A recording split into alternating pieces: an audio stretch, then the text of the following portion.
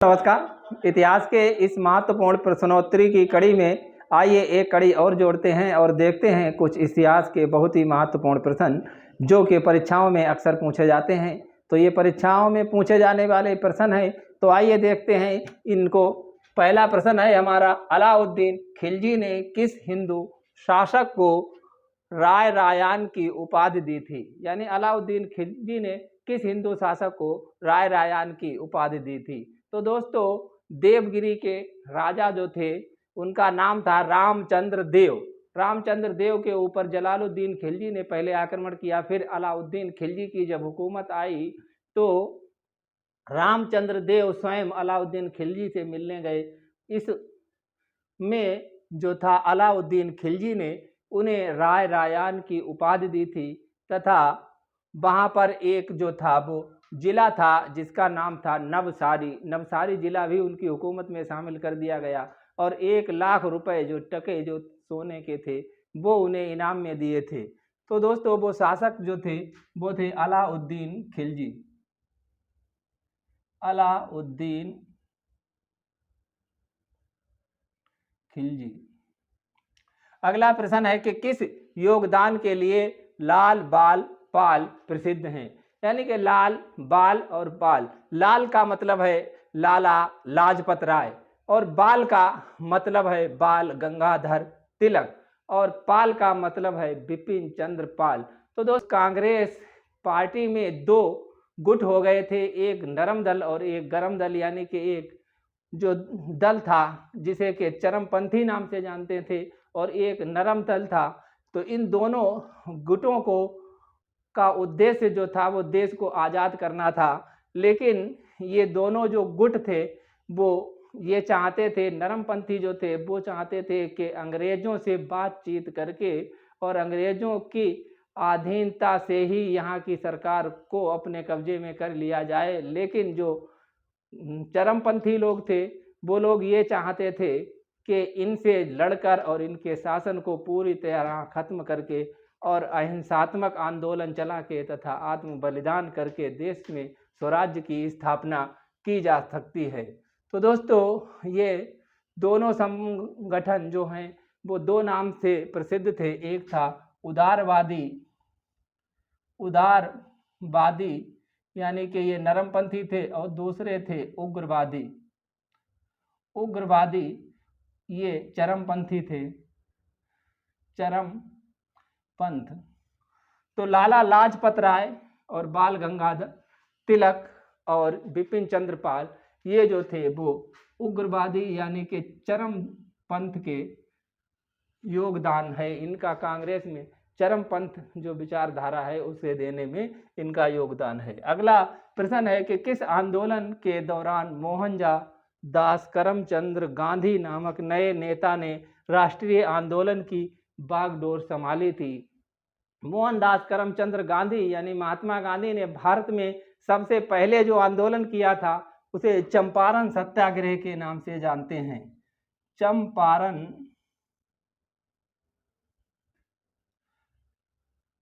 सत्याग्रह।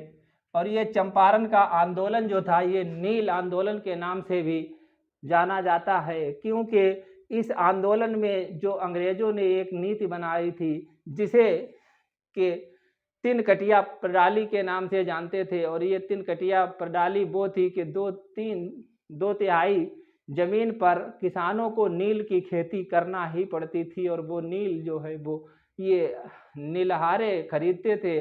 और इन नीलहारों के शोषण से बचने के लिए वहाँ के एक रामचंद्र शुक्ल नामक कृषक थे जिन्होंने एक सत्याग्रह आंदोलन शुरू किया था और उसमें महात्मा गांधी को बुलाया था। तो महात्मा गांधी ने सबसे पहले इसी आंदोलन में भाग लिया था और ये वो आंदोलन जो है वो 1917 में प्रारंभ हुआ था। 1917 की ये बात है जब ये चंपारण आंदोलन हुआ था। अगला प्रश्न है कि आज़ाद हिंद फौज की स्थापना कहाँ हुई थी? आज़ाद हिंद फौज जिसका विचार सुभाष चंद्र बोस ने दिया था और इसकी स्थापना जो थी वो सिंगापुर में हुई थी।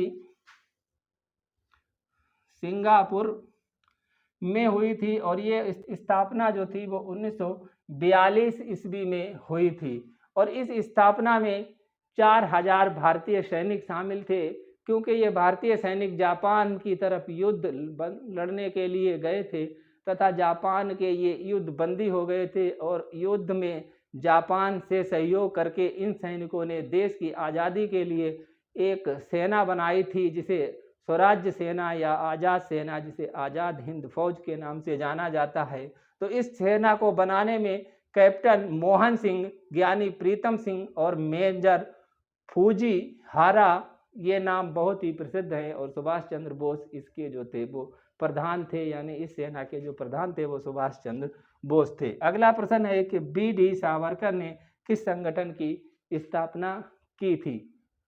तो दोस्तों, बी.डी. सावरकर ने एक संगठन बनाया था। ये संगठन उग्रवादी संगठन था, इसका नाम था अभिनव भारत। और ये अभिनव भारत संगठन जिसे बी.डी. सावरकर ने बनाया था, ये 1904 ईस्वी में बनाया गया था। 1904 ईस्वी में बनाया गया और इसी संगठन को चलाने में बी.डी. सावरकर की जो थी वो काले पानी की सजा हुई थी, यानी कि पोर्ट ब्लेयर जेल में इन्हें भेजा गया था और उसी जेल में इन्हें जब यातनाएं दी गई तो वहाँ से इन्होंने माफ़ी के लिए अंग्रेज सरकार से पत्र लिखे थे। और कहा जाता है कि इसके बाद में इन्हें जो है वो माफ़ी मांगने के बाद अंग्रेज़ों ने इन्हें माफ़ कर दिया था और इन्हें जो थी कुछ पेंशन भी दी थी। तो ये जो थे वो अंग्रेज़ों के साथ मिल गए थे। अगला प्रश्न है कि हड़प्पा संस्कृति से जुड़ा स्थल रगपुर किस नदी के तट पर स्थित है? हड़प्पा नगर से संबंधित ये पुराना एक स्थल है जो कि हड़प्पा कालीन संस्कृति यानी सैंधव संस्कृति की जानकारी देता है और ये गुजरात में स्थित है और गुजरात के अहमदाबाद जिले में है। और ये वहाँ पर जो नदी है उस नदी का नाम है मादर नदी। अगला प्रश्न है वैदिक युग की सर्वाधिक प्राचीन संस्था कौन सी है? तो वैदिक युग में सबसे पुरानी संस्था जिसका वर्णन ऋग्वेद में है और ऋग्वेद में जो वर्णन किया गया है उस संस्था का नाम था फ्लोक असेंबली, यानी कि विधत, इसे फ्लोक असेंबली के नाम से जानी जाती है। अगला प्रश्न है कि भागवत धर्म का दार्शनिक संप्रदाय क्या था? यानी भागवत धर्म जिसे श्री कृष्ण ने चलाया था उसका दार्शनिक संप्रदाय जो था वो क्या था? तो उसका दार्शनिक संप्रदाय सांख्य योग था। अगला प्रश्न है यूनानी ग्रंथ में चंद्रगुप्त मौर्य को क्या कहा जाता है? यानी कि यूनान के कुछ विद्वान हुए हैं जैसे कि स्ट्रेबो, जस्टिन और प्लूटार्क, ये यूनानी लेखक थे। इन्होंने चंद्रगुप्त को किस नाम से संबोधित किया? तो उस नाम की खोज जो थी वो विलियम जोन्स नामक एक ब्रिटिश इतिहासकार ने की थी। उनका नाम जो था वो सेंट्रोकोट्रस था। सेंट्रोकोट्रस,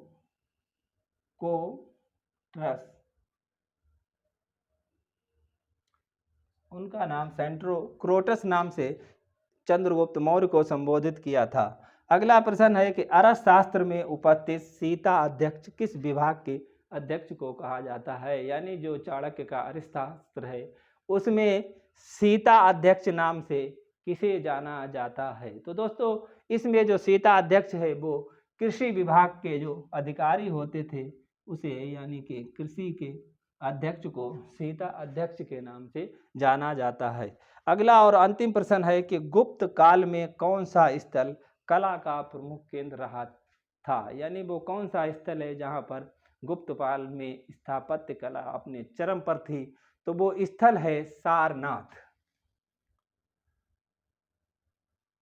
सारनाथ, और ये सारनाथ वह स्थल है जहाँ पर स्थापत्य कला के बहुत ही अनूठे नमूने मिलते हैं और कई मंदिर और स्तूपों की स्थापना यहाँ पर हुई है। तो दोस्तों, उम्मीद है कि आपको ये आज की कड़ी पसंद आई होगी और यदि आपको ये कड़ी पसंद आई है तो आप हमारे चैनल को सब्सक्राइब कर सकते हैं, क्योंकि हम इसी तरीके की कड़ी लाते रहेंगे। और मिलते हैं अगले वीडियो में शीघ्र ही एक नई कड़ी के साथ। तब तक के लिए जय हिंद।